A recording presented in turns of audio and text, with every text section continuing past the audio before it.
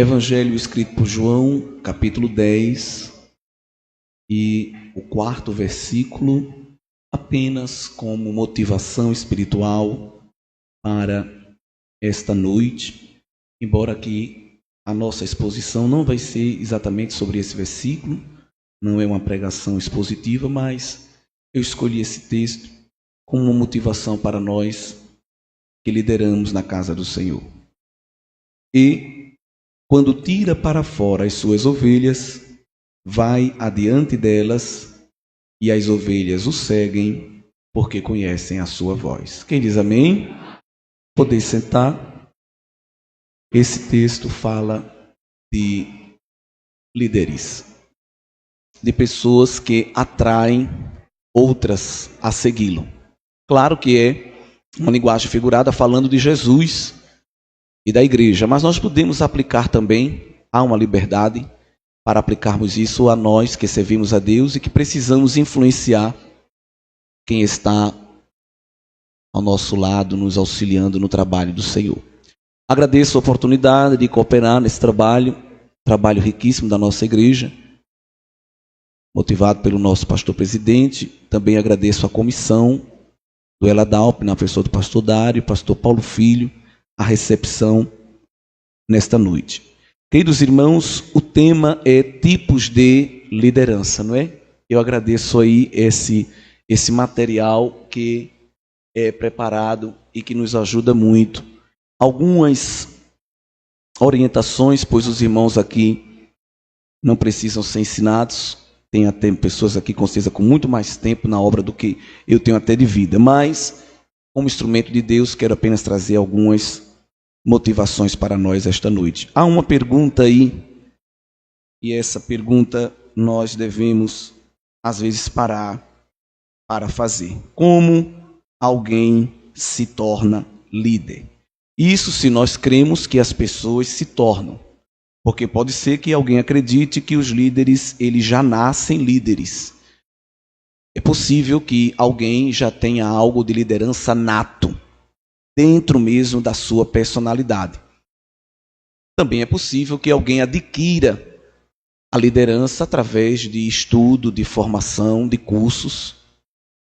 E é possível que pessoas combinem essas duas coisas.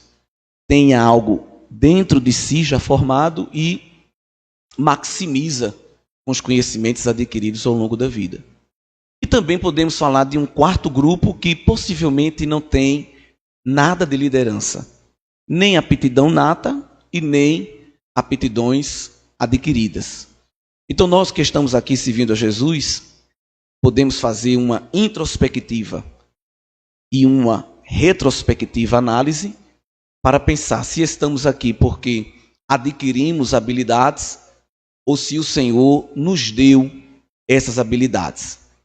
Quando nós lemos as Escrituras, nós observamos que os líderes chamados por Deus, geralmente Deus dá a eles já algo. Um exemplo foi o profeta Jeremias, que Deus disse que antes mesmo que ele fosse formado, antes que ele fosse um embrião, ele já era consagrado para o ministério profético. Sim ou não? A mesma coisa João Batista, quando o anjo revelou ao seu pai, dentro do templo, que João iria nascer, já havia ali na profecia Deus mostrando um ministério profético na vida de João Batista. E poderíamos citar tantos outros exemplos, não é? Mas Deus, ele nos deu muitas ferramentas que podem também nos auxiliar. Então, ainda que alguém diga que Deus falou consigo, com sua mãe, com seu pai, e preparou uma carreira de serviço na casa do Senhor, nada impede que a gente busque aperfeiçoamento, busque melhoria. Às vezes, quem mais precisa é quem menos busca, né? Ela Dalp já teve 4 aqui na área, eu já lidero há 50 anos, eu aprendi na prática. Então, um líder que pensa assim, ele está em maus caminhos, porque todos nós precisamos melhorar, precisamos ser aperfeiçoados, ainda que estejamos fazendo um bom trabalho, mas nós estamos em um processo de aperfeiçoamento, não é? Deus dá dons à igreja visando o aperfeiçoamento dos santos. Então Deus não dá dons a gente no sentido de nos colocar num patamar espiritual, num status mais elevado dentro do corpo de Cristo. De maneira alguma, nós nos completamos uns aos outros com os dons que Deus nos deu, e a maneira, o método que ele usa de escolha dos dons, Paulo revela na primeira carta aos Coríntios, no capítulo 12, versículo 28, dizendo que um e o mesmo Espírito opera todas estas coisas, repartindo particularmente a cada um como quer. Então não há explicação. Por que que aquele irmão Deus usa assim e Deus usa de outro jeito? Por que que aquela irmã parece que é mais usada por Deus do que eu? Não adianta querer perscrutar esses caminhos insondáveis de Deus, porque quem reparte as medidas é o Espírito Santo, de acordo com a sua vontade. Esse é o requisito, é a vontade dele. Se ele fosse olhar para nós, com algumas músicas até que a gente canta, que Deus olhou para a gente, viu o nosso cheirinho, viu o jeitinho que a gente é e gostou, irmãos, se ele fosse olhar e depender do que a gente tem para apresentá-lo, pode ficar certo que nem eu começar de mim, eu não estava dando essa palestra aqui, e não tinha quase ninguém aqui dentro, não é? Porque Isaías disse que ele olha para as nossas melhores obras, as obras justas, e compara a pano de chão velho e esfarrapado. Então, ninguém pode dizer, eu estou aqui porque Deus olhou para mim lá do céu e se enamorou das minhas habilidades e disse, é você que eu quero. Não, de maneira alguma. Nós estamos aqui tão somente pela graça de Deus. E esta graça nos aperfeiçoa, nos molda, nos melhora, não é? Apesar dos pesares, apesar do nosso temperamento, das nossas personalidades, por vezes também do nosso caráter, que ele vai lapidando, ele vai tratando, porque Deus, ele conhece quem ele chama, e quando ele chama, ele se responsabiliza, mas ele se responsabiliza não é passando a mão e dizendo, ele é assim mesmo, não. Ele chama a gente e vai lapidando a gente. E nós podemos ver que ele lapidou Pedro, lapidou o caráter, e lapidou até o temperamento de Pedro, não é? Porque um homem que era colérico escreve mais na frente a sua carta, dizendo aos irmãos, quando alguém perguntar a vocês o motivo da vossa esperança, procure explicar com mansidão. E se tivesse algum crente que tivesse nessa época da internet hoje em dia, ia pegar um vídeo de Pedro lá no Getsemane, jogar nas redes assembleanas de marketing e dizer, olha aí quem está mandando o povo ser manso, olha como ele fez lá atrás, não é? Mas é porque ali era outro Pedro, sim ou não? Ali era outro Pedro. Deus transforma, Deus muda, e ele conhece a gente, ele sabe as nossas limitações, ele sabe as nossas dificuldades. A gente não precisa ficar elencando, porque ele conhece. Quando ele chamou Moisés, eu quero lhe usar para ser profeta, você vai ser porta-voz. E Moisés disse, esse cargo não combina comigo, porque se tem uma coisa que eu não tenho boa, é voz. Então como é que eu vou ser um porta-voz, Deus? Eu tenho um tipo de deficiência na fala, e Deus disse, eu sei. Quem é que criou o cego? Quem é que criou o surdo? Quem criou o mudo? Quem criou o gago, o deficiente? Sou eu, Moisés. E Moisés disse, Deus, mas tem Arão tem habilidades humanas melhores. Eu sei, eu vou usar ele também, mas quando eu quiser falar, eu falo contigo, e tu dá o recado a ele. Deus inverteu a ordem, porque numa ótica humana, era melhor Deus falar com Arão, e Arão repassar para Moisés. Mas Deus pegou o que tinha a limitação, e disse, você é que vai ser o porta-voz, não é? O limitado, o falho, o pequeno, o frágil, sendo o porta-voz do eterno, do infinito, do perfeito, porque Deus é assim. Então, a nossa liderança, eu creio que ela é constituída de algo que Deus nos confiou, mas isso não impede que a gente busque ferramentas para melhorar. Essa ferramenta do encontro de líderes é uma delas, tá bem, irmãos? Então, nós sabemos que essa liderança é algo espiritual, e sabendo que é algo espiritual, mas que é usado num campo recheado de humanidades, e dentro da esfera dos relacionamentos interpessoais, porque ninguém lidera de si para si, está aí em negrito, em vermelho, que a maneira como um líder se relaciona com os seus liderados revela muito da sua personalidade, da sua identidade, da sua pessoa. Então, quando Deus nos confia um trabalho que vai ser exercido com outras pessoas, A maneira como nós estamos exercendo esse trabalho fala um pouco de como a gente é.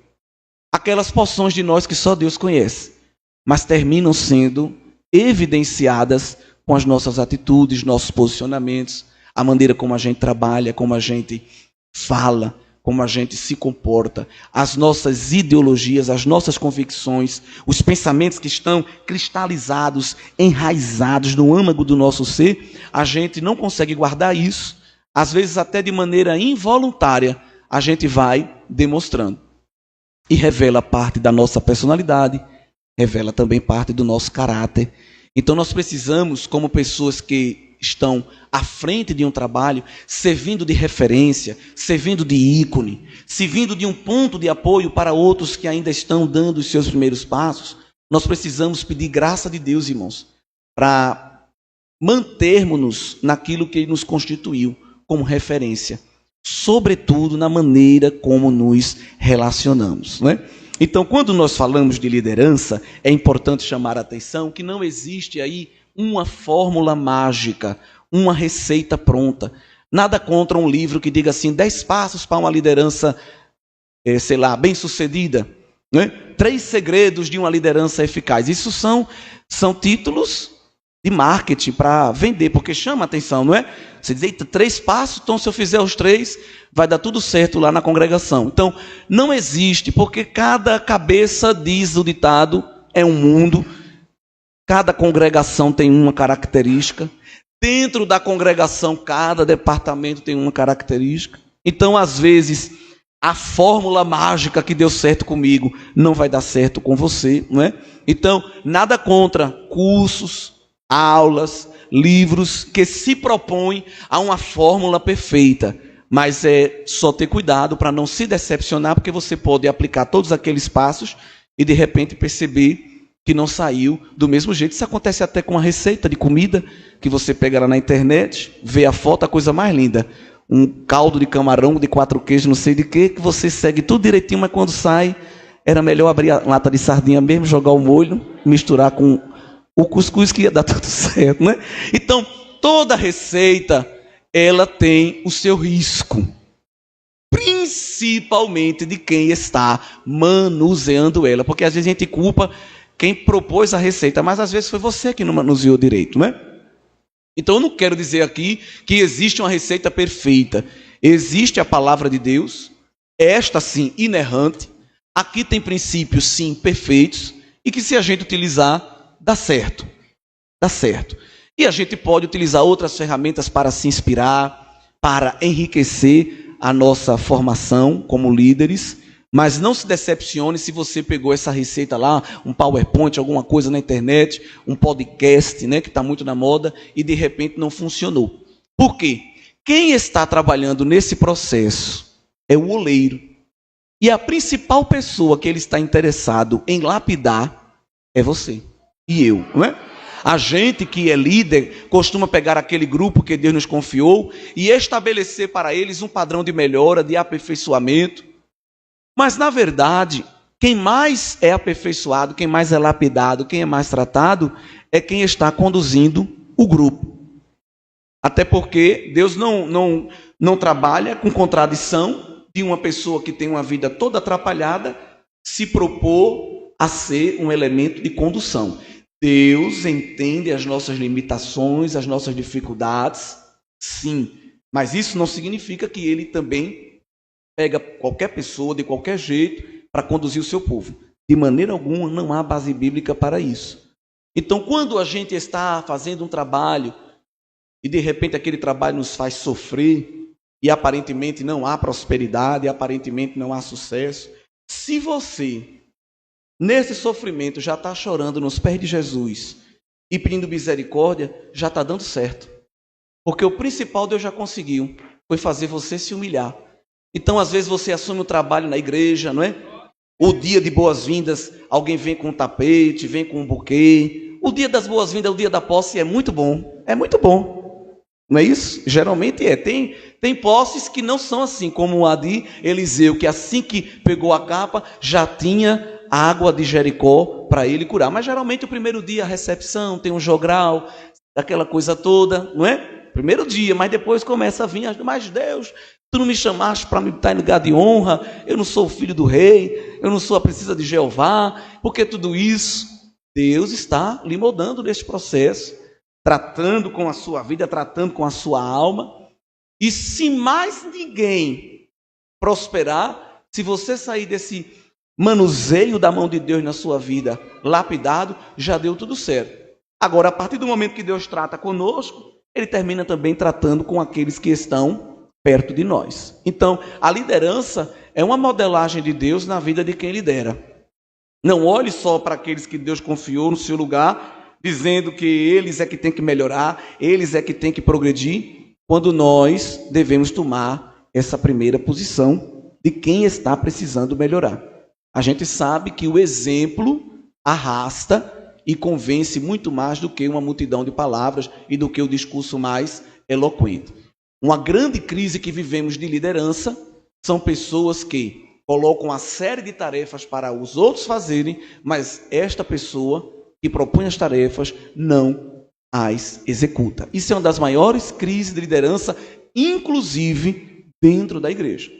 Amanhã eu quero todo mundo aqui logo cedo orando.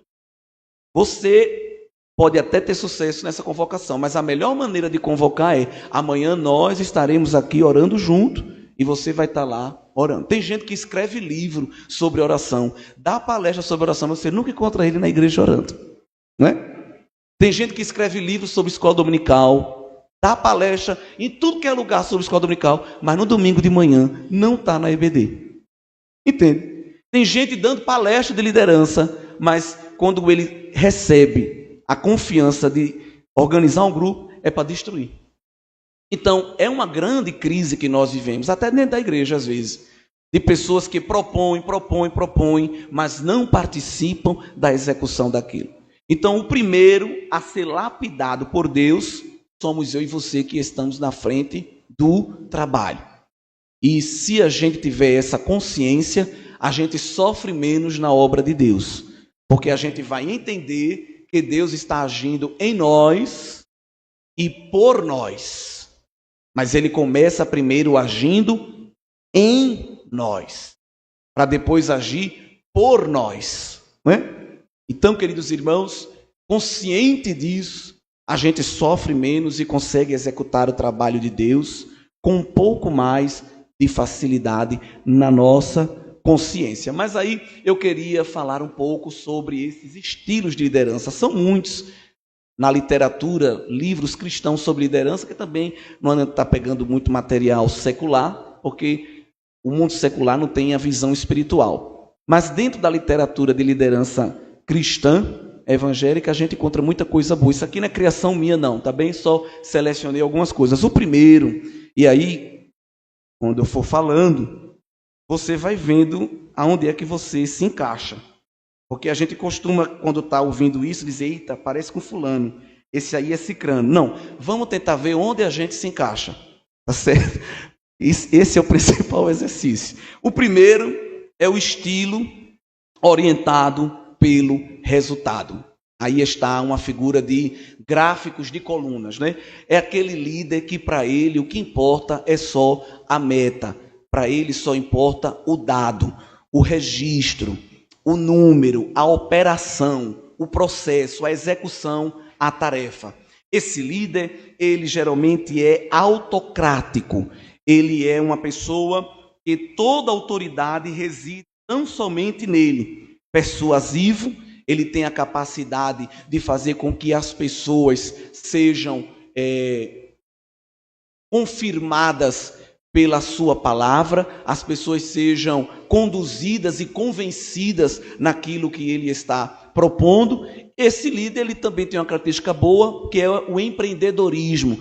Como ele quer atingir muito a meta, como ele é muito focado na execução da tarefa propriamente dita, ele termina sendo criativo para propor métodos a fim de que a gente consiga fazer aquela tarefa, tá certo? Um exemplo de líder que é focado no resultado é o famoso rei Saul. Vamos ver e entender um pouco isso de maneira explicada e aplicada no primeiro livro de Samuel, no capítulo 14 e os versículos 24 até o 42. Vocês marquem aí para ler o texto completo em casa.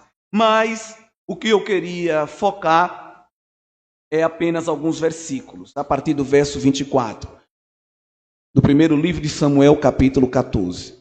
E estavam os homens de Israel já exaustos naquele dia, porquanto Saul conjurara ao povo, dizendo: maldito o homem que comer pão até a tarde, para que me vingue de meus inimigos, pelo que todo o povo se absteve de provar pão.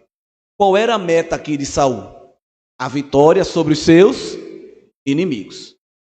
Qual era o método que ele estava usando? Um jejum por todo o povo, independente das condições. Com certeza ali tinha diabético, tinha hipertenso, tinha gente que ficava tonto se não comesse, mas ele não queria saber das especificidades, das singularidades. O que ele queria era atingir a sua meta, que era a vitória sobre os seus inimigos. Isso lhe rendeu um grande problema. Qual foi o problema?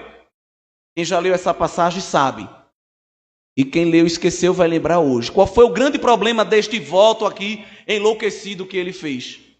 Quem foi que quebrou o voto? Quem foi o primeiro a comer? O próprio filho. E chegou a notícia para ele que o seu filho tinha comido, tinha quebrado o juramento. E observe a interpretação que o próprio filho Jonatas teve do pai, no versículo de número 29.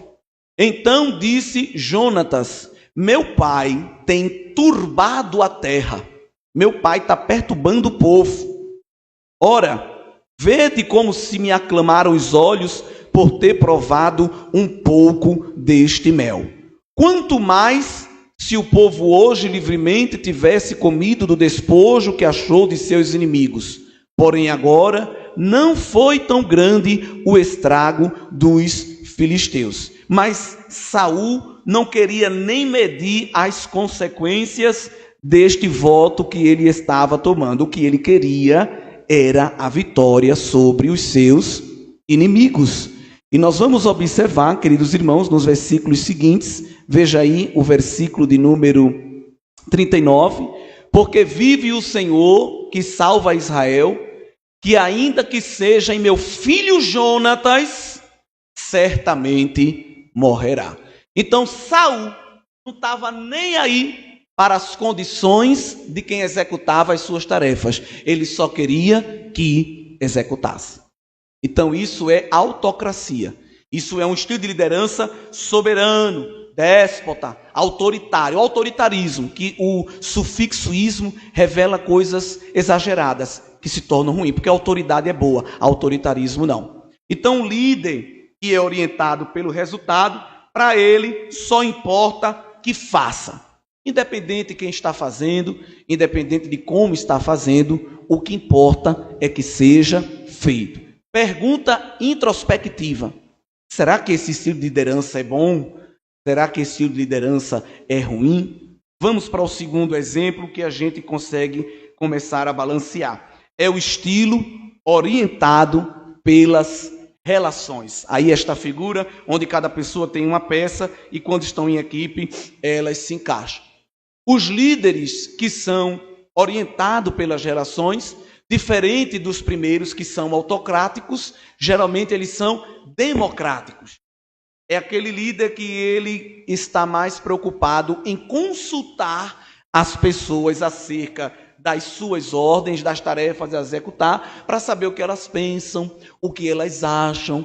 Eu estava pensando fazer assim, mas vocês é quem sabem, vocês é que escolhem, não é? Então este é aquele líder do povão, é aquele líder bem relacionado com quem lhe rodeia. Geralmente ele junta muita gente ao seu redor, as pessoas lhe chamam, geralmente com palavrinhas de agrado, apelido, fofinha, fofão, porque é aquele paizão, é aquele vovozão, é aquela vovozona. E não estou falando de líderes lá de fora, daqui de dentro que eu falo também da igreja, não é? É aquela pessoa que teme de se posicionar para dar uma orientação, para dar uma definição, para colocar os pingos no i, porque na verdade ela relega todas as decisões ao povo. E a gente tem que ter cuidado, porque no reino do céu não existe democracia. No reino do céu. O reino do céu é uma monarquia absoluta. É Deus sentado no trono, soberano, rege o dominador. E nós, como seus súditos, fiéis adoradores, prostrados aos seus pés. Então, a democracia ficou para o homem aqui na terra. No céu, Deus não faz consulta pública para tomar as suas decisões, né? Deus não entrega aos anjos placas e quem concorda levante esta placa, quem discorda fique sentado, quem concorda fique em pé. Não, não tem isso. As decisões de Deus são decisões soberanas. Agora, por que Deus não é um déspota? Porque Deus não é um autoritário, embora seja cheio de autoridade. Porque não há perigo de nenhuma decisão que Deus tomar seja uma decisão ruim. Porque a vontade de Deus é boa, perfeita e agradável. Então Deus é o único soberano que dá certo. É o único régio dominador que dá certo. Com autoridade, com poder. Vai ser como eu quero e pronto. E a gente levanta a mão e dá glória. É como se eu quero, então é bom demais. Porque a tua vontade é boa. Deus é benigno, é amoroso, é justo. Então as suas decisões vêm recheadas da revelação da sua personalidade. Agora, qual é o homem que é perfeito? Qual é o homem que é todo bom, onibenevolente? Qual é o homem que é todo sábio, onissapiente? Nenhum. Então nenhum homem pode ser soberano. Entendeu? Agora, Deus é quem constitui porções de autoridades aos homens. Então, quando Deus constitui porções de autoridade aos homens, Deus quer que os homens usem essas porções. E às vezes o líder que é orientado pelas relações, ele é o falso humilde. A gente tem que ter cuidado às vezes, eu sei que não é por maldade, mas às vezes na igreja a hierarquia, há cargos que são bem definidos e a divisão de cargos, na verdade, é divisão de tarefas, é divisão das cargas, né? E às vezes alguém diz, olha, tem dirigente, isso é uma coisa só. Não diga isso. Não precisa dizer isso para mostrar, não estou dizendo que é um pecado, quem fez isso está reprovado. Às vezes é até com boas intenções, mas boas intenções só não resolvem. Se tem, é porque tem. Se não tivesse, era um só. Aí se tivesse um só, reclamava. Mas é tudo eu. Só tem eu aqui para fazer, ninguém me ajuda. Aí tem a direção, tudo juntinho. Não, aqui é uma coisa só, aqui a gente faz um voto. Irmão, não tem voto. Não tem voto, não tem caixinha para botar. Uma vez a gente foi para um trabalho e escolheu o tema da festividade. E o dirigente, Deus tinha lhe mostrado qual era o versículo, mas ele disse, não, eu não quero, eu não posso definir só. E botou uma caixinha e disse, cada um escolhe um versículo aí. E vamos botar aqui, fazer um chacoalho, a gente vai escolher. E se eu dissesse a vocês o versículo que saiu, eu não vou nem dizer. O versículo que saiu, não sei nem quem foi que botou aquele versículo ali, né? Não sei se foi uma piada, se foi uma brincadeira, não tinha como ser um versículo de tema, e ele ficou em maus lençóis, até que teve que se contradizer e terminar tomando a rédea e escolher de fato um texto bíblico que tivesse de acordo com o que Deus queria naquele lugar. Então, se Deus confiou a alguém a palavra final, é porque alguém tem que dar a palavra final. Hein? Imagina se ali no deserto Deus dissesse toda decisão que Moisés fosse tomar, consulte o povo. Dê 2 dias aí para o povo responder a enquete. Enquete é do diabo, irmão. Parece que é uma coisa, né? Porque se disse assim, irmão, vai ter um aniversário. Vamos escolher a cor do arranjo. Olha, entra um aniversário, sai o outro, e esse arranjo ninguém decide qual vai ser a cor. Porque por mais que todo mundo diga, vai ser essa cor, vai ter um que vai dizer, não gostei, muito chamativo. Se fosse a cor oposta, outro ia dizer, não gostei, muito apagado, muito opaco. Então, irmãos, não tem como querer agradar embora que outro oposto de líder, que é o líder orientado pelo resultado, diz assim, vai ser assim. E nem Jesus agrada. Olha que frase feia para um líder dizer até dentro da igreja. Nem Jesus agradou a todo mundo, eu também não estou aqui para agradar. Vai ser assim, pronto. Este é o líder orientado pelo resultado. O líder orientado pelo resultado, ele é avesso às consultas. Ele é avesso às sugestões. Se uma pessoa vier lhe sugerir algo bom para a obra, ele já diz que é insubmissão. Você é rebelde, rapaz. Obedeça a minha visão. Se fosse para você fazer, era você que estava. Calma, calma, irmão. Não precisa rosnar. Somos ovelha. Escuta. Inclusive, quer testar a capacidade de um líder? Veja como ele se comporta em relação à escuta. Se ele tem aversão a ouvir, não é um bom líder. Pode ser líder, mas não é um bom líder. Porque a principal característica de um líder é ouvir. Quem mais ouviu impropério, murmúrio, foi Moisés, irmão. Moisés podia fechar a porta da tenda e dizer: vocês não aparecem aqui que eu não quero nem ouvir vocês falar. Mas Moisés estava sempre lá ouvindo. Impropério, piadinha, picuinha de crente. E depois o que Moisés fazia? Levava o abacaxi para quem sabe descascar. E dizia: olha Deus, o povo está ali, ó. Disse isso. Eita povo. E Deus dizia: foi, sério. Pois volte lá. Toque na rocha. Joga um pedaço de pau. Levante a mão, ore para cima. Busca a minha face. Suba no monte. Deus sempre dava a receita, a estratégia. Aí Moisés voltava: assim diz o Senhor. Tremendo. Então tem alguém irritando na obra? Tem alguém? É assim, por que não senta ali? Por que não senta lá? Por que não me botou? Por que não botou ela? Por que ela saiu? Por que ela entrou? Leva para os pés do Senhor. Leva para os pés do Senhor, irmão. E diga assim: Deus, dê uma explicação à tua serva. Dê uma explicação ao teu servo, Deus. Eita, servo complicado, mas é teu servo, Deus. Explica a ele. Porque se eu for explicar vai dar errado, mas o Senhor sabe explicar direitinho. Irmão, Deus não chamou anjo para fazer a sua obra na igreja. Ele chamou homens, mulheres. Os anjos queriam fazer. Olha, veja como ia ser bom se a igreja fosse pastoreada por anjo, por querubim. Qualquer conversinha é espada de fogo. Hein? Porque quem foi que ficou na porta do Éden para não deixar Adão e Eva entrar? Com todo respeito, não foi no diácono, foi anjo, com espada. Vem para cá que é pior que cerca elétrica. Então Deus podia dizer: querubim, vá tomar conta ali da área de Caetés, com a espada desembainhada, assim, ó, flamejante. Mas Deus chamou um homem com um cajado da palavra. É o que a gente tem. Então aquilo que a gente não conseguir resolver, a gente leva para a sala do trono. Senhor, eu sou limitado, Senhor, mas Tu és perfeito. Aquieta o coração da minha irmã, aquieta o coração do meu irmão. Esclarece ele, Deus, ilumina a mente dele, faz ele entender e vai dar tudo certo para a glória de Deus. Não se inquiete não, irmão. Porque sempre vai ter alguém no meio trazendo pendências, trazendo demandas, trazendo dificuldades. Só vai deixar de ter quando a trombeta soar. Até lá sempre vai ter. Eu vou sair daqui da Polo e eu vou para ali. Quando chegar ali, já tem um lá esperando. Eu vou sair dali e eu vou para Polo para ficar mais perto do pastor. Quando chegar, já tem um esperando. Não adianta. Todo lugar tem a cota. Essa cota tem em todo lugar. Em alguns a cota é maior, eles viram grupo. Em outros é um só ou dois. Mas em todo lugar tem.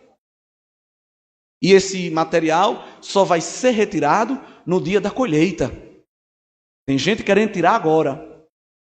Pastor, porque o senhor não arranca? Irmão, porque a senhora não tira? Não leram a parábola?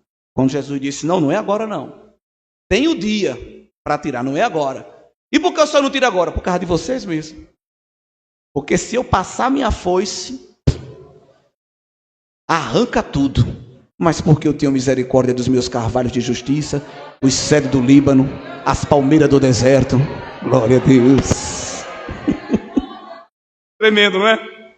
Irmãos, esse líder que é orientado pelas relações, ele tem o cuidado de ouvir o povo. Por isso que eu estou dizendo que Moisés é um líder que pode exemplificar alguém orientado pelas relações. Vamos ver um exemplo aí em Êxodo 35. Eu amo esse exemplo aqui. Êxodo 35, verso 15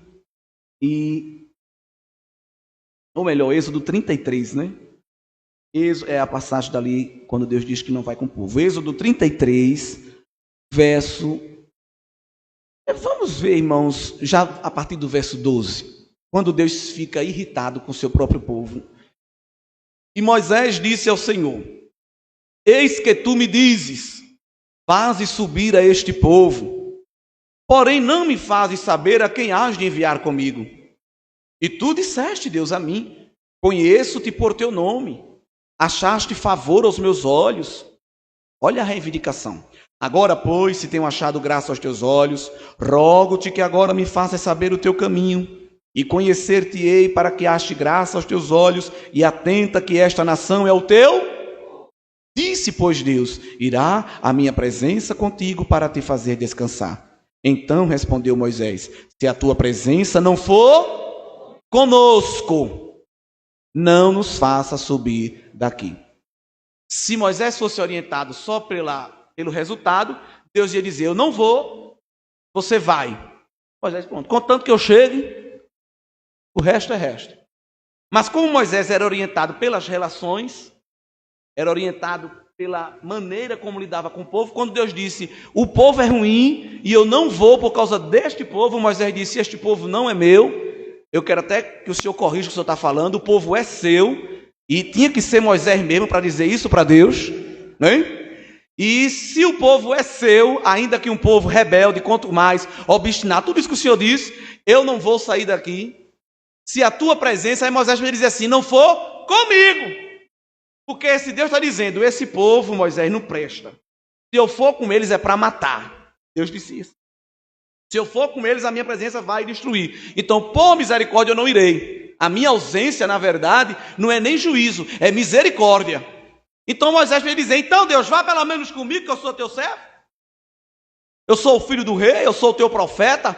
Mas Moisés, como era um líder orientado pelas relações, ainda que houvesse uma meta a atingir, mas ele só queria atingir aquela meta com o povo, isso é um exemplo de intercessor. Ele disse: Senhor, se a tua presença não for conosco, trazendo a frase para o plural, nós não iremos daqui. E Deus não entrou na conversa de Moisés.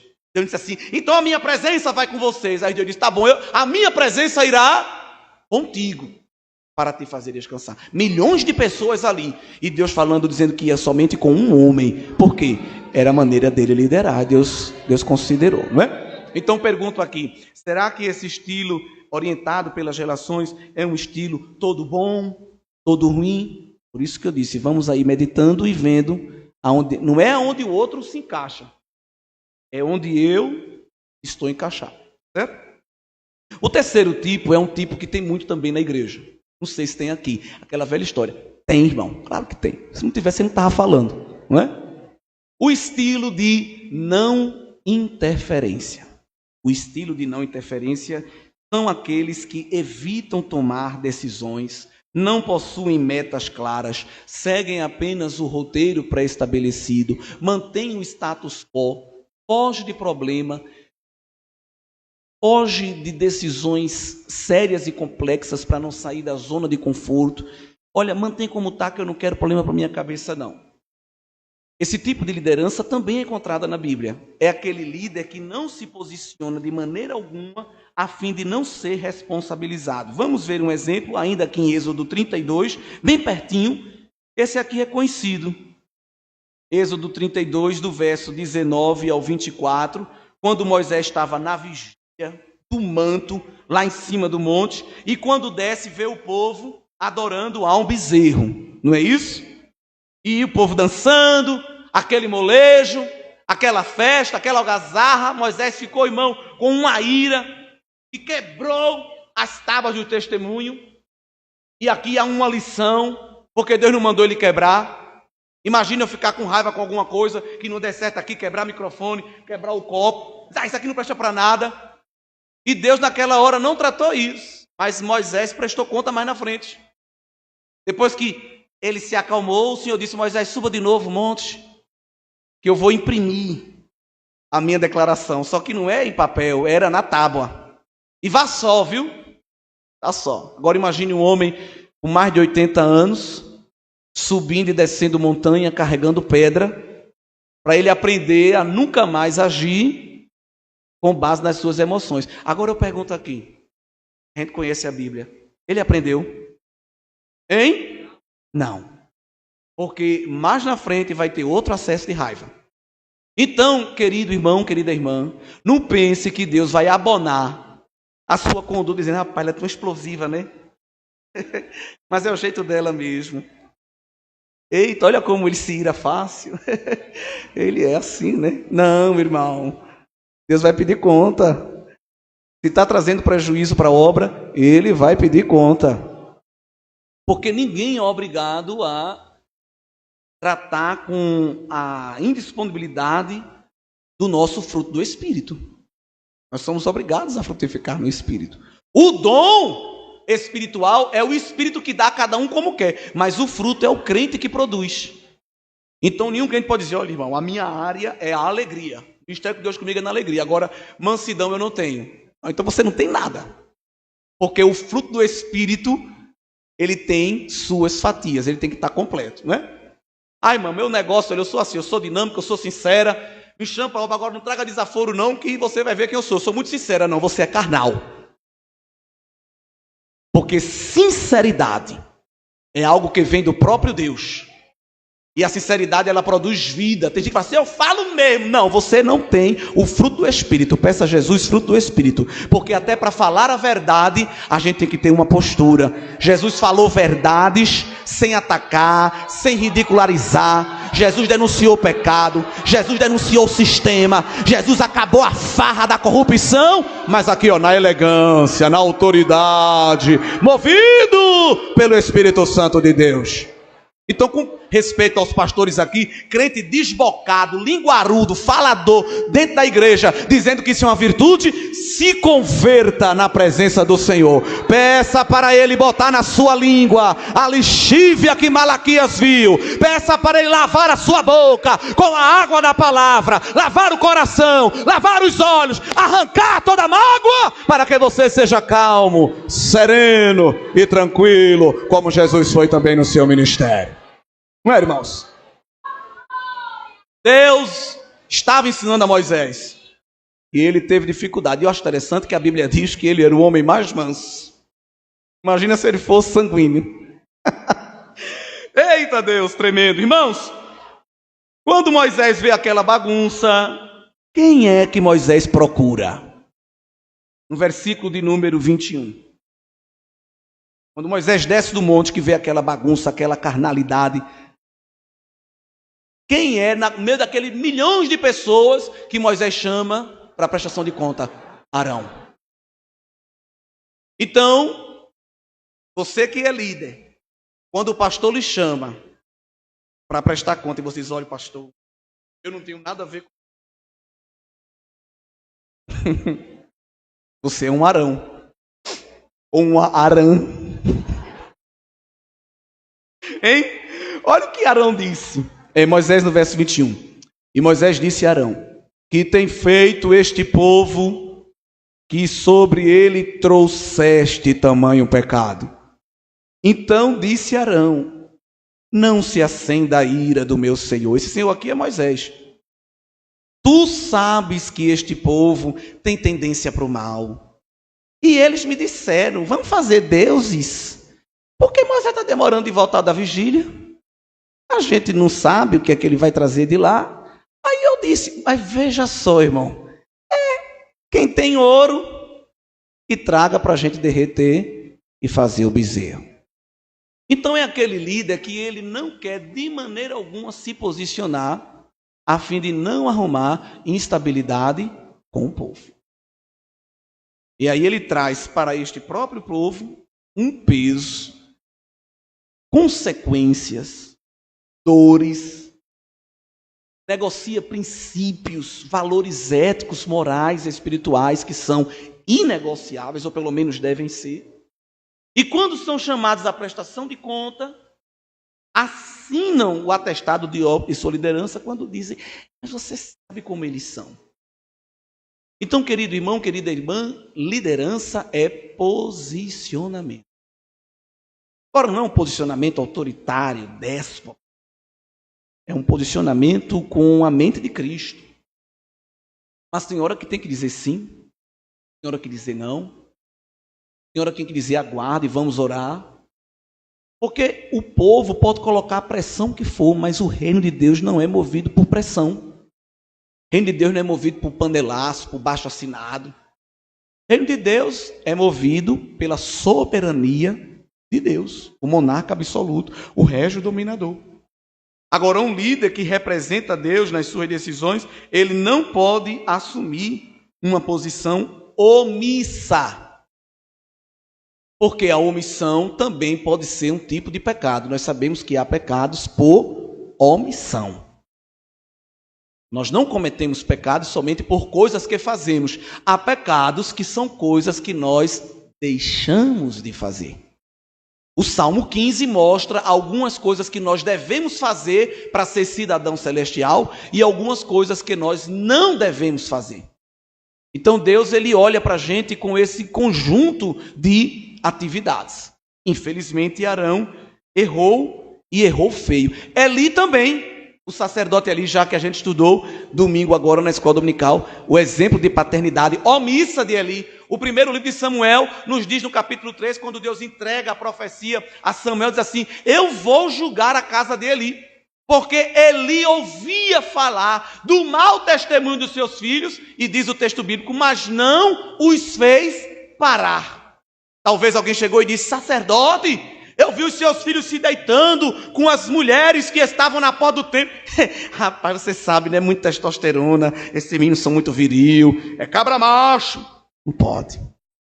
Está pensando que Deus olha para isso e diz: eita, mas é, né? Eli deveria tomar uma atitude, mas nunca tomou. E por isso pagou um preço alto e consequências irreversíveis. No caso de Arão, Deus teve um pouco mais de misericórdia. E há o quarto tipo, que é o estilo situacional. Esse estilo aí é exemplificado pelo próprio Senhor Jesus Cristo.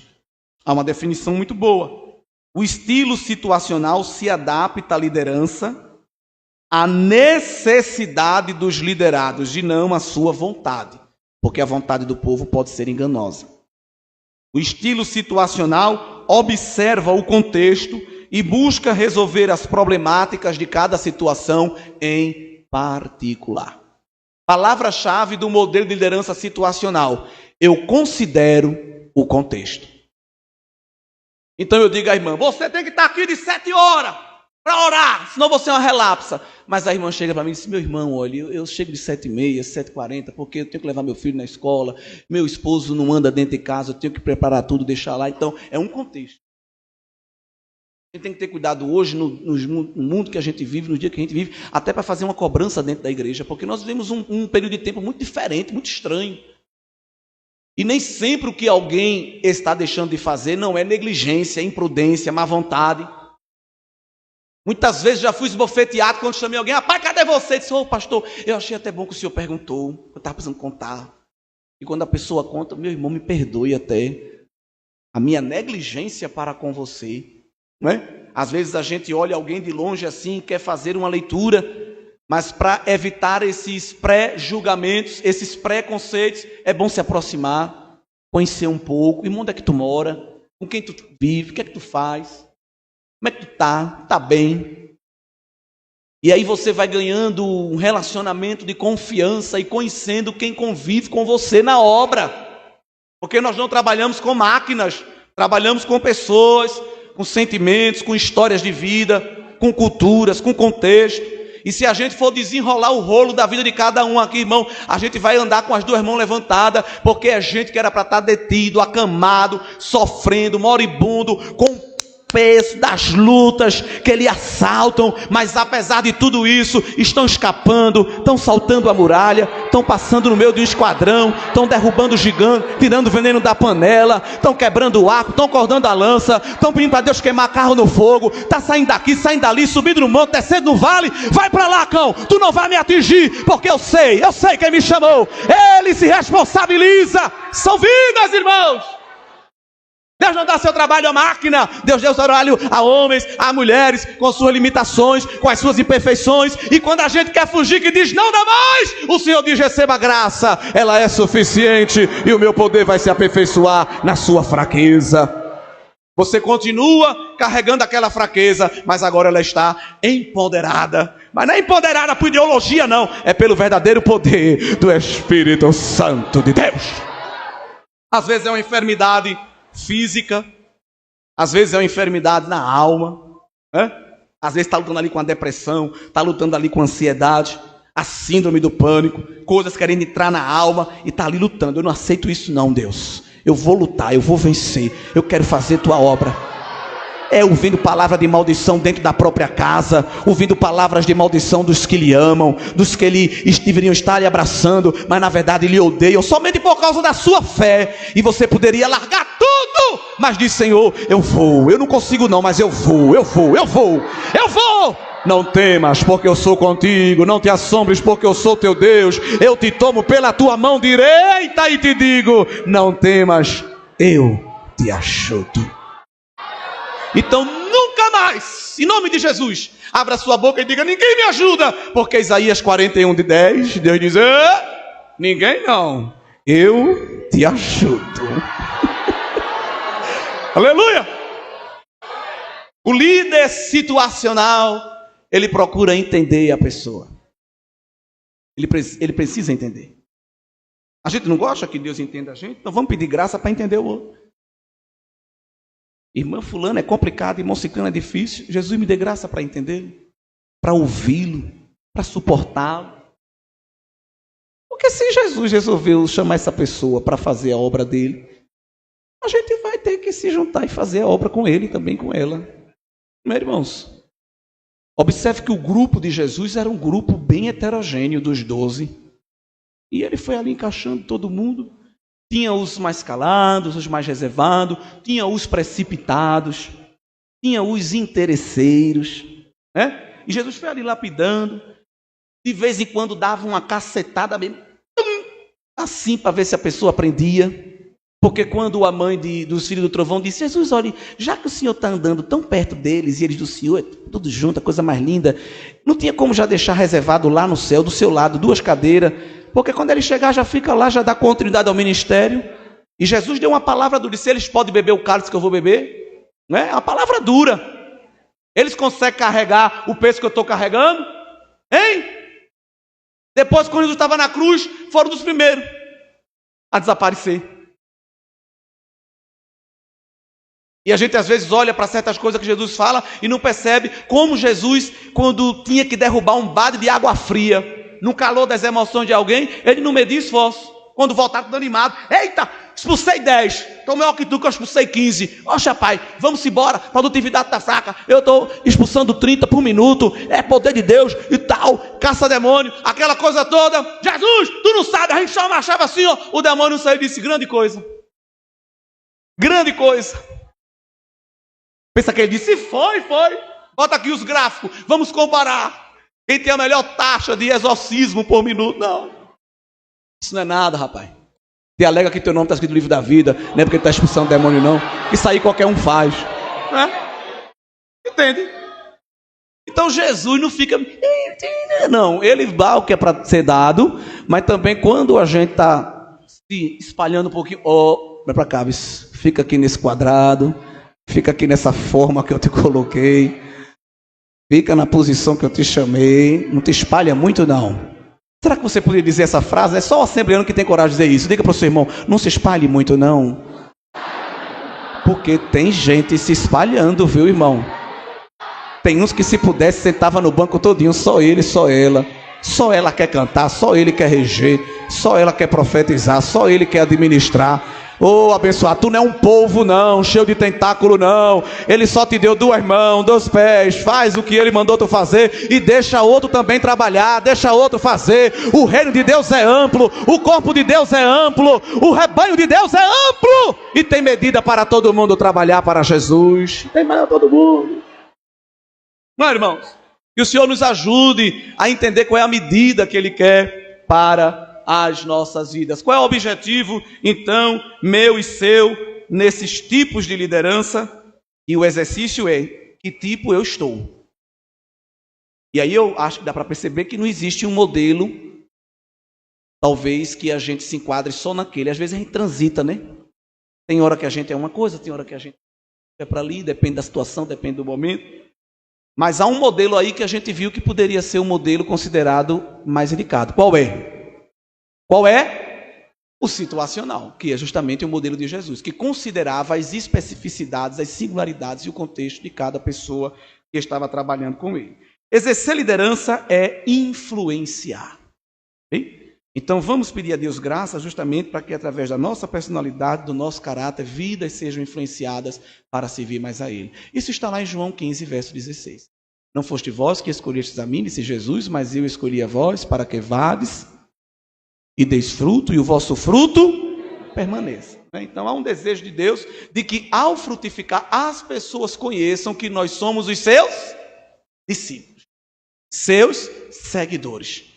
E de maneira natural vamos atrair também outros seguidores para Cristo. Cuidado que liderança não é método para a gente alcançar as nossas ambições pessoais. A gente não pode usar a confiança que Deus nos deu na obra para galgar posições, porções de poder, de influência. Não, é servo. É cada vez mais se abaixar, é cada vez mais servir, não é? Quanto mais a gente tem uma posição de confiança mais elevada, são posições de trabalho, são posições de carga, de peso. E por isso que Deus não dá a mesma carga a todo mundo, porque Ele sabe quem consegue carregar o quê. Mas eu devo olhar sempre para a posição que eu estou como um patamar de serviço aos outros. Isso, na verdade, é liderança. E como líderes, nós devemos agradar primeiramente a Deus e servi-lo, porque Paulo disse que quem faz isso termina assim, agradando a Deus e aos homens. Ele disse isso à igreja em Roma. Então aquela frase feia de que nem Jesus agradou a todo mundo, e se quiser assim mesmo, desse jeito, que não sei o que, não diga isso, é antibíblico, porque Paulo disse que quando a gente serve a Deus de maneira sincera, a gente se torna agradável a Ele e aos homens. O autor sagrado, no primeiro livro de Samuel, diz que enquanto os filhos de Eli viviam na corrupção, na perversidade moral e espiritual, Samuel ia crescendo e se fazendo agradável a Deus e aos homens. Então, quem tem que se inquietar, quem tem que não gostar, faz parte daquela parcela, daquela cota, sempre vai ter. Mas de maneira natural, não é você que vai provocar isso. Não é você que vai incitar essa ojeriza. Você não gosta de mim não, né? Mas você vai ter que me engolir. Não diga isso. Isso é frase de Zagallo em Copa do Mundo. Isso não é frase de crente. Dizer para outro crente, você tem que me engolir mesmo, viu? Ficar aqui e você subir no céu juntinho. Cuidado, que é capaz de não ir. É capaz até de o outro ir e você ficar, não é? Então assim, quem se desagrada da maneira como você serve a Deus, por uma maneira espontânea, e se levanta como oposição, como resistência ao trabalho que você faz parte da cota. A cota do joio, a cota de Alexandre Latueiro, a cota de Himeneu e Fileiro. Essa cota aí está presente em todo lugar. É a cota da resistência e da oposição. Mas não é você que motivou isso. Mas de maneira geral, de maneira panorâmica, a grande multidão dos remidos vai dizer, pai, que bênção, né? Que irmão. Pai, que irmão abençoado, né? Pai, que pastor, que líder, que regente, que secretária. Pai, que diabo, que menina, bênção, de maneira geral. Vai, de repente, falar aquilo com alguém da cota de Alexandre Latueiro. Rapaz, que bênção. Não é bênção toda, não. Faz uma careta, né? É por isso que Deus não deu a gente a onisciência. Porque se a gente ficasse, de repente, sabendo o que falam de nós, a gente ia ficar na cama, irmão, deitado. Ai, Jesus, ninguém gosta de mim, aquela irmã. Eu abraço tanto ela. Eu digo que ela é tão bonita, tão cheirosa, e ela fala tão mal de mim. É melhor você não saber. Porque você continua amando, continua preservando o relacionamento. E se vier a saber, aí entra o fruto do Espírito. Aí é que você vai amar mesmo, vai dizer, minha filha, olha, tu não gosta de mim não, eu sei, mas eu gosto de tu. Ai, como eu gosto de tu, não consigo ter raiva de tu não, menina. Porque meu coração está cheio do Espírito. O amor de Deus foi derramado, não foi pingado não, foi derramado em nossos corações. Glória a Deus. Agora tem uma coisa.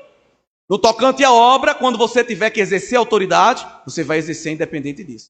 Eu não vou exercer minha autoridade porque senão ela vai deixar de gostar de mim. Não. Se é algo relacionado à obra, se é uma decisão relacionada à obra, vai ser feito. E aí Deus se responsabiliza.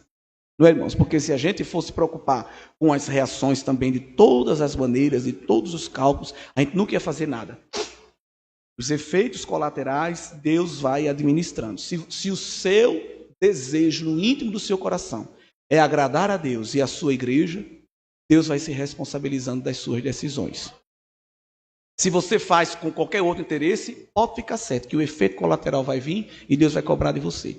Mas se a sua intenção no íntimo da sua alma é para o bom andamento da obra, Deus testifica.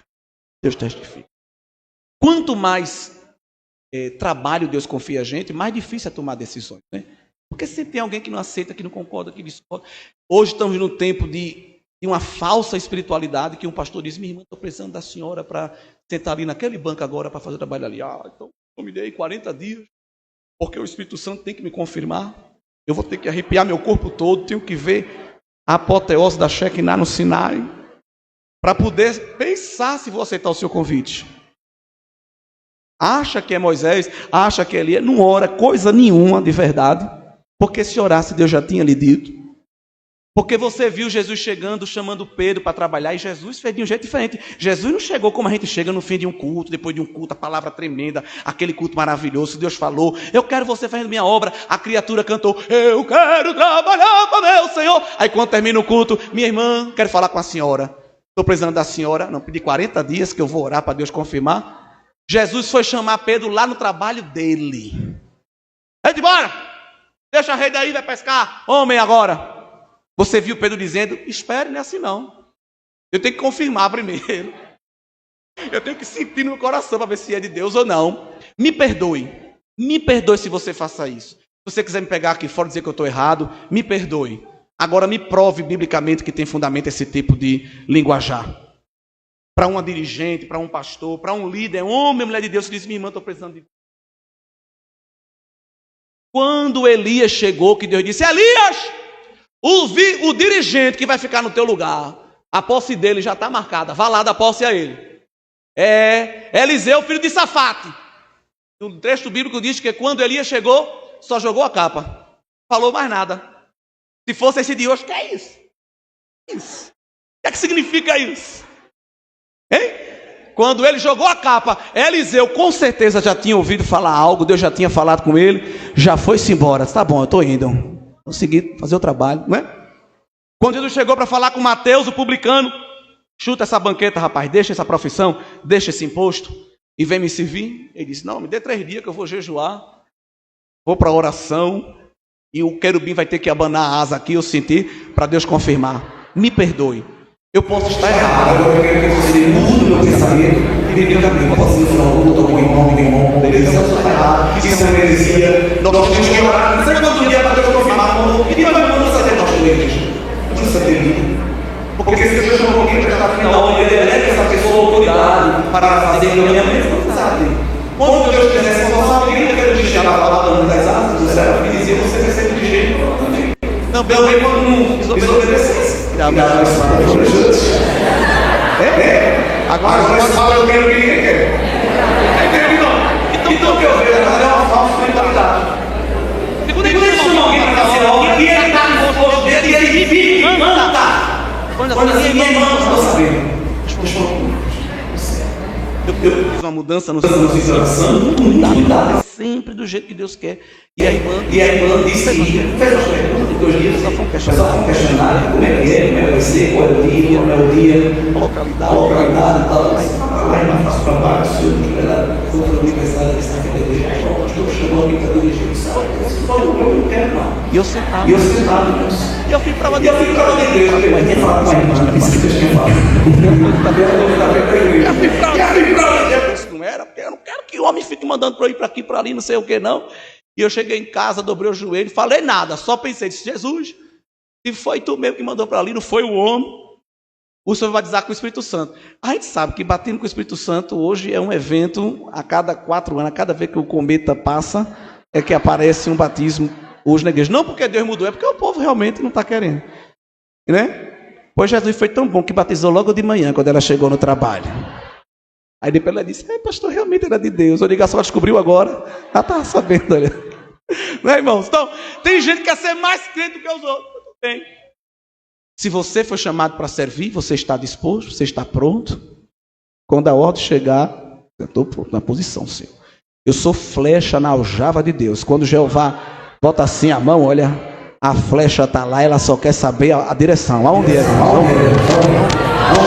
Seta a mão para a Jeová da ordem, ela segue, ela cumpre a ordem, ela executa o propósito, porque ela sabe que a mão que ele está manuseando ela é a mão, e ele não erra, ele não falha, ele é Deus.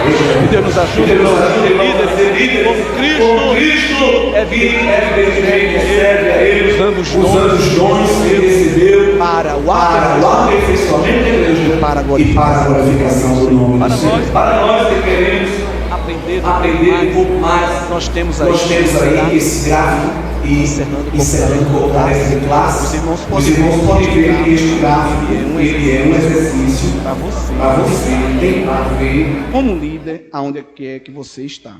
Os irmãos estão conseguindo ler, mesmo de longe, diga amém. Você vai observar que tem dois polos aí neste gráfico, né? Um gráfico bem... Se o irmão quiser esse material, depois eu mando para o pastor Paulo, para algum obreiro compartilhar. Nesse canto aqui, olha, que é o canto esquerdo, está o extremo da autoridade. E neste canto direito está o extremo da liberdade. Quando eu uso muita autoridade, termino me tornando autoritário. E quando eu uso somente muito a liberdade, termino me tornando libertino. Então os extremos é que são o problema. O líder autoritário, ele somente anuncia decisão. Você só recebe já a decisão e tem que fazer. Mas não. Faça, rapaz. Obedeça. O líder libertino, ele nunca anuncia nada. Ele segue o grupo. Hoje eu estou pensando em marcar um culto de oração. O que é que vocês acham? Não, acho que não. Então é melhor não, né? Desculpe, eu não quero incomodar vocês. Tá bom, a gente não vai orar. O líder que está tentando se equilibrar, mas ele gosta de usar autoridade, ele apresenta ideias, não decisões. Meus irmãos, olha, eu estava pensando, até porque Deus dá, é Deus quem dá as ideias, é Deus quem dá as estratégias. Meus irmãos, eu estava pensando a gente fazer assim e tal, aí alguém ouve, se alegra, porque a gente também não faz desse jeito, eita, boa! E aqui, olha, vai construindo até chegar a uma decisão, que quem vai bater o martelo, é claro, é aquele que Deus colocou à frente do trabalho. O líder que está procurando um equilíbrio e já está saindo da libertinagem, ele pede que o grupo decida. Aí também é um perigo. Verdade? Porque a decisão final é de quem? Do líder. Deus confiou ao líder a posição de, como é isso? De entregar a palavra final. Mas ele pode consultar. Então é por isso, olha, que o líder, ele se aproxime aqui do meio, porque o meio representa o quê? Equilíbrio. Então, um líder que equilibra a autoridade com liberdade é um líder que geralmente solicita sugestões. Os irmãos, olha, eu estou pensando, nós estamos precisando, eu estava orando e pensei que precisamos fazer alguma coisa assim, assim, assim. Os irmãos pensem aí algumas coisas e tragam. A gente vai consultar ao Senhor e deliberar e ponderar para trazer uma decisão. Aí quando ele toma a decisão, inspirado, motivado no Senhor, todos que contribuíram se vê representado ali. O corpo de Cristo, né? Diferente daquele líder também que tem esse tipo, que ele recebe a sugestão. Cara, rapaz, isso aí não dá certo não. Aí depois de um tempo ele aparece com aquela sugestão. Meus queridos, eu tive um insight. Eu tive um pensamento, quase que eu disse eureka. Eu tenho uma novidade para vocês aqui, uma coisa que eu pensei, que eu elaborei, e a pessoa que deu a sugestão está lá. E quem é ovelha, quem é servo mesmo, nunca vai dizer que mentira, rapaz, isso é uma fraude, não. Bom, é para o reino, não é para o reino? Então não precisa patentear a ideia. Precisa patentear a ideia. Depois que Deus usa aquele jogral tremendo e passa. Bonito, né, irmã? Eu que fiz esse jogral. Hein? Faz aquela decoração e a irmã tira a foto. Lindo, né? Lindo, né? Eu comprei os arranjos. Quer ver a nota fiscal? Porque infelizmente nem todos que trabalham são completamente regenerados, santificados. Tem muita gente ainda que está na primeira etapa da hora. Qualquer lidera dessa resposta fica muito pela mão. Mas com graça de Deus, estamos procurando equilibrar liderança e autoridade. Meus irmãos, esse material aqui é bem grande, porque cada Eladalp a gente vai abordando o Espírito Santo vai conduzindo a gente. Mas há um exemplo do apóstolo Paulo aplicando a liderança situacional. E aí, como eu vou mandar esse material, depois os irmãos compartilham e vai ficar para vocês como tarefa de classe, ou melhor, de casa. Observar, a equipe da mídia já tem, né? Já pode botar aí nos grupos da igreja com... Pronto. E aí o que acontece? Vocês vão observar que Paulo era um líder situacional. Quando tinha que dar a carteirada, ele dava. E respeita, pai, que eu sou apóstolo. Nós vamos ver Paulo, não é com esse meu jeito que eu estou aqui parafraseando, mas quando ele tinha que dizer, eu sou apóstolo também, me respeite. Nós vamos ver que Paulo tinha condição de usar essa credencial. Embora que com humildades. Eu sou o último, mas sou. Cheguei agora, meu registro aí é o número 79.574, mas eu sou. Ele disse que era o abortivo, não era? Quando Paulo tinha que usar confrontação, ele usava, como na igreja de Corinto. Quando ele tinha que pegar as partes que estavam em conflito, ele colocava, mas não era para promover contenda, era para promover a solução. Então, ele, quando via que a situação era séria, ele usava também de seriedade. Paulo disse para a igreja assim: irmãos, estava marcado para eu ir aí visitar vocês, mas eu não vou não. Porque se eu for do jeito que eu estou aqui agora, e você vê isso escrito na Bíblia, né? Certo áudio hoje que um líder botar no grupo, misericórdia, irmão. É isso, irmão, Deus é amor. Nunca leu a Bíblia então, as criaturas. Porque se você visse o áudio que Paulo mandou para Corinto, você ia ficar escandalizada. Que é isso, Paulo? Cadê o amor? Amor o quê, irmão? Eu não vou agora não, porque se eu for agora, vocês não vão aguentar o peso do cajado, não. Que eu vou bater em vocês, irmão. Eu vou ficar aqui de molho, cantando o hino 25, o hino 33, o 17. Depois que eu estiver bem bonzinho, eu vou aí. Então, quando tinha que confrontar, confrontava. Quando tinha que dizer a alguém a obrigação... Ele dizia, hoje alguém fala é passar na cara, né? Mas se fosse assim, Paulo tinha feito isso. Mas não foi passar na cara, é esclarecer a obrigação. É um nome bonito, né? Naquele problema entre Filemão e Onésimo. O que foi que Paulo disse? Meu santo, receba ele. Lembre-se que você me deve muitos favores. Eu lhe ajudei, abençoado. Eu usei com você de misericórdia. Agora use de misericórdia também. Quando Paulo tinha que usar a imitação ou exemplo, ele usava sede meus, mas também dizia, não colocava numa posição que estava no ápice. Como eu sou, em alguém maior do que ele. Ele já copiava, não é? E quando tinha que usar o consenso, ele também usava, ouvindo a opinião dos outros para chegar a uma decisão comum. Então, quando aqui eu sei que tenho que usar mais a liberdade ou mais a responsabilidade, a autoridade, o Espírito de Deus que está em mim e você, ele nos diz e ele nos orienta. Amém, irmãos? Isso é um exercício prático para a gente chegar aonde Deus quer que a gente chegue. E se a gente fizer assim, ouviremos de Jesus: foste bem, servo bom e fiel. Entra agora no gozo do teu Senhor. Talvez aqui alguém não vai dar um like, não vai aplaudir, nem vai fazer um sinal de coração. Mas se você for fiel ao Senhor e à igreja do Senhor, servindo com fidelidade, você vai ouvir a voz dizendo: vinde benditos de meu Pai, para o reino que está preparado desde a fundação do mundo. Glória a Deus. E, irmãos, eu quero ler mais sobre liderança. Um pedido. Leia mais sobre liderança, irmão. Vamos ler mais sobre liderança. Nós estamos vivendo um tempo difícil. A gente precisa de oração, leitura da Bíblia e procurar também novas ideias para ver como é que a gente está trabalhando na liderança, tá bom? Esse livro aqui é tremendo, do Bruce, um grande autor inglês. Treinamento dos 12 Apóstolos. É um livro grosso, valendo com calma, e ele mostra como Jesus liderou aqueles 12 discípulos. É um dos livros que eu mais gosto.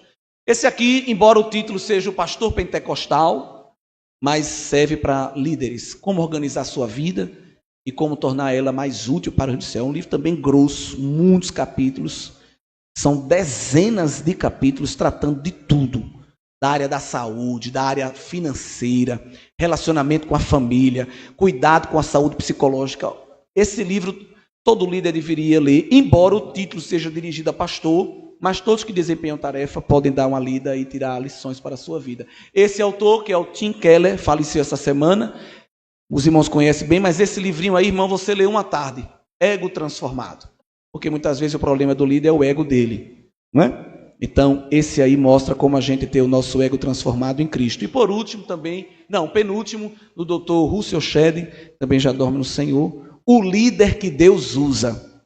Um livrinho também que você lê numa tarde. Tremendo. Com aplicações devocionais para a minha vida e para a sua vida. E esse último aí, que é do Peter White, que é o pastor mestre. Embora o título também seja pastor, mas serve para todo líder. É o compromisso que nós temos que ter com as Escrituras, porque todo líder também ensina. Se não com a pregação, com a exposição bíblica, mas sobretudo com o seu comportamento, como nós temos meditado aqui esta noite. Amém, irmãos? Curve a sua cabeça e eu quero fazer uma oração para você. Senhor Deus e Pai, muito obrigado por ter nos reunido aqui esta noite, em plena segunda-feira, um dia chuvoso, mas a tua igreja está aqui, Deus, com certeza, com uma só intenção, que é de melhorar, de aprender. Sentimos, Deus, uma paz neste lugar, porque quando há comunhão, o Senhor se faz presente. Mas tu conheces as nossas imperfeições, as nossas lacunas, os nossos deslizes, por onde a gente erra, por onde a gente acerta, tu conheces. Tu conheces o íntimo e o particular de cada um de nós. Se algum crente chegou aqui, Deus, cansado do trabalho, da labuta, do serviço cristão, renova mais uma vez a força, a esperança, renova, Senhor, o ânimo, para que continuemos servindo ao Senhor cada vez mais.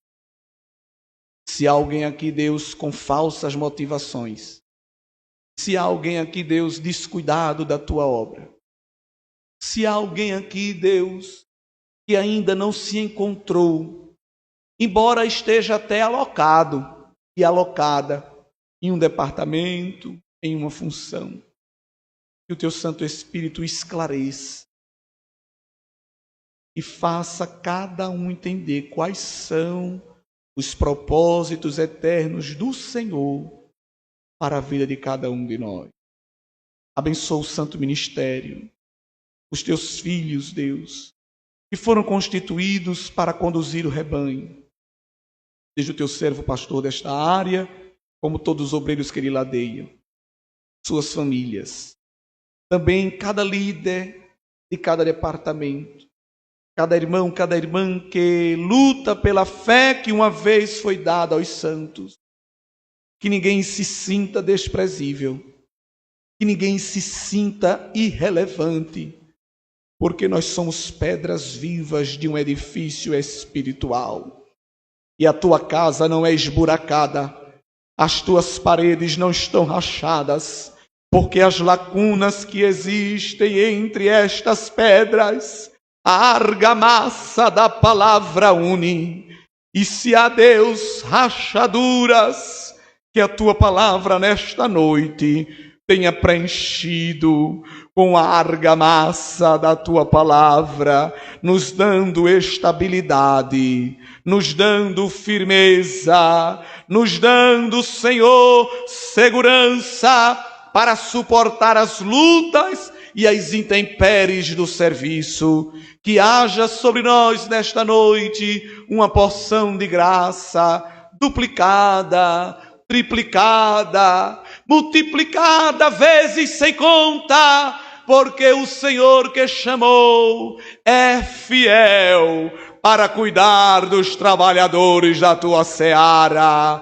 Que estes 2 dias sejam dias de renovação espiritual e de esclarecimento, de propósito e de motivações, e que o inimigo da igreja seja envergonhado, porque as portas do inferno não prevalecerão contra nós. A obra é tua, o povo é teu, a casa é tua, e o Senhor em tudo será glorificado, hoje e até o dia da eternidade. Amém e amém.